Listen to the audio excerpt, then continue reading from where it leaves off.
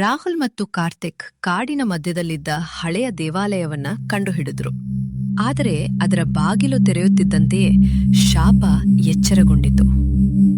ರಾಹುಲ್ ಮತ್ತು ಕಾರ್ತಿಕ್ ಮುಂದೆ ಸಾಗಿದ್ರು. ಮಂಜು ನಿಧಾನವಾಗಿ ಸರಿಯುತ್ತಿತ್ತು. ದೊಡ್ಡ ಮರಗಳ ನಡುವೆ ಕಲ್ಲಿನಿಂದ ನಿರ್ಮಿಸಿದ ಒಂದು ಪುರಾತನ ದೇವಾಲಯ ಕಾಣಿಸಿತು. ದೇವಾಲಯದ ಗೋಡೆಗಳು ಒಡೆದು ಹೋಗಿದ್ದವು. ಬಾಗಿಲಿನ ಮೇಲೆ ಹಳೆಯ ಲಿಪಿಯಲ್ಲಿ ಏನೋ ಬರೆಯಲಾಗಿತ್ತು. ಕಾರ್ತಿಕ್, ರಾಹುಲ್, ಇದು ಸಾಮಾನ್ಯ ದೇವಾಲಯ ಅಲ್ಲ, ನಾವು ಹಿಂದಿರುಗೋಣ. ರಾಹುಲ್, ಇಲ್ಲ, ರಹಸ್ಯದ ಉತ್ತರ ಇಲ್ಲೇ ಇರಬಹುದು. ರಾಹುಲ್ ಬಾಗಿಲನ್ನು ತಳ್ಳಿದನು. ಕ್ರೀಕ್. ಬಾಗಿಲು ನಿಧಾನವಾಗಿ ತೆರೆದಿತು. ಒಳಗೆ ಧೂಳು, ಜೇಡರ ಜಾಲಗಳು ಮತ್ತು ಹಳೆಯ ಪೂಜಾ ಸಾಮಗ್ರಿಗಳು ಕಾಣಿಸುತ್ತಿದ್ದವು. ಮಧ್ಯದಲ್ಲಿ ಒಂದು ಕಲ್ಲಿನ ವೇದಿ ಇತ್ತು. ಅದರ ಮೇಲೆ ಧೂಳಿನಿಂದ ಮುಚ್ಚಿದ ಮರದ ಗೊಂಬೆ ಇತ್ತು. ಅದೇ ಗೊಂಬೆ ನೆನ್ನೆ ರಾತ್ರಿ ನಾನು ಮರದಲ್ಲಿ ನೋಡಿದ್ದೆ. ರಾಹುಲ್ ಟಾರ್ಚ್ ಬೆಳಕನ್ನು ಗೊಂಬೆಯ ಮೇಲೆ ಹಾಕಿದನು. ಗೊಂಬೆಯ ಕಣ್ಣುಗಳು ಕೆಂಪಾಗಿ ಹೊಳೆಯುತ್ತಿರುವಂತೆ ಕಾಣಿಸಿತು. ಅಷ್ಟರಲ್ಲಿ ದೇವಾಲಯದ ಬಾಗಿಲು ಸ್ವತಃ ಮುಚ್ಚಿತು. ತಡಾಂ! ಇಬ್ಬರೂ ಬೆಚ್ಚಿಬಿದ್ದರು. ಟಾರ್ಚ್ ಬೆಳಕು ಮಿಂಚಿ ಆರಿಬಿಟ್ಟಿತು. ಕತ್ತಲಿನಲ್ಲಿ ಯಾರೋ ನಡೆಯುತ್ತಿರುವ ಶಬ್ದ ಕೇಳಿಸಿತು. ಟಕ್ ಟಕ್ ಟಕ್. ರಾಹುಲ್, ಯಾರೋ ಅಲ್ಲಿ? ಯಾವ ಉತ್ತರವೂ ಬರಲಿಲ್ಲ.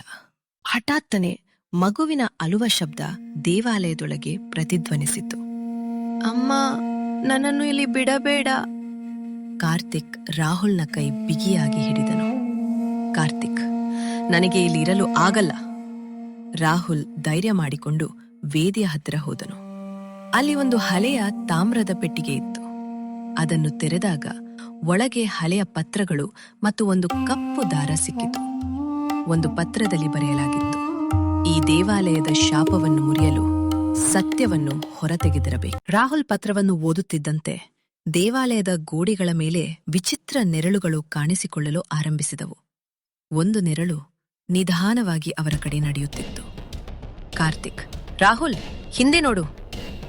ರಾಹುಲ್ ತಿರುಗಿ ನೋಡಿದನು.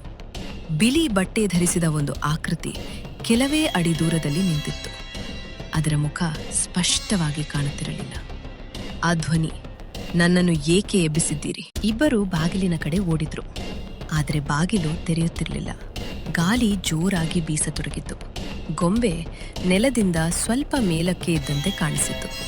ರಾಹುಲ್, ಬಾಗಿಲು ತಳ್ಳಿ ಕಾರ್ತಿಕ್. ಇಬ್ಬರೂ ಒಟ್ಟಿಗೆ ಬಾಗಿಲನ್ನು ತಳ್ಳಿದ್ರು. ಠರ್! ಬಾಗಿಲು ಏಕಾಏಕಿ ತೆರೆಯಿತು. ಅವರು ದೇವಾಲಯದಿಂದ ಹೊರಗೆ ಓಡಿದ್ರು. ಹೊರಗೆ ಬಂದ ತಕ್ಷಣ ಗಂಟೆಯ ಶಬ್ದ ನಿಂತಿತ್ತು. ಕಾಡಡು ಮತ್ತೆ ಸಂಪೂರ್ಣ ನಿಶ್ಶಬ್ದವಾಯಿತು. ಆದರೆ ರಾಹುಲ್ನ ಕೈಯಲ್ಲಿದ್ದ ಹಳೆಯ ಪತ್ರದ ಮೇಲೆ ಹೊಸ ಪದಗಳು ಕಾಣಿಸಿಕೊಂಡವು. ಮುಂದಿನ ಬಲಿ ಈಗಾಗಲೇ ಆಯ್ಕೆಯಾಗಿದೆ. ಕೊನೆಯ ಸಾಲು, ಆ ಮುಂದಿನ ಬಲಿ ಯಾರು? ರಾಹುಲ್, ಕಾರ್ತಿಕ್ ಅಥವಾ ಇನ್ನಾರಾದರೂ? ಮುಂದಿನ ಭಾಗ, ಕಾಡಿನ ಆತ್ಮ.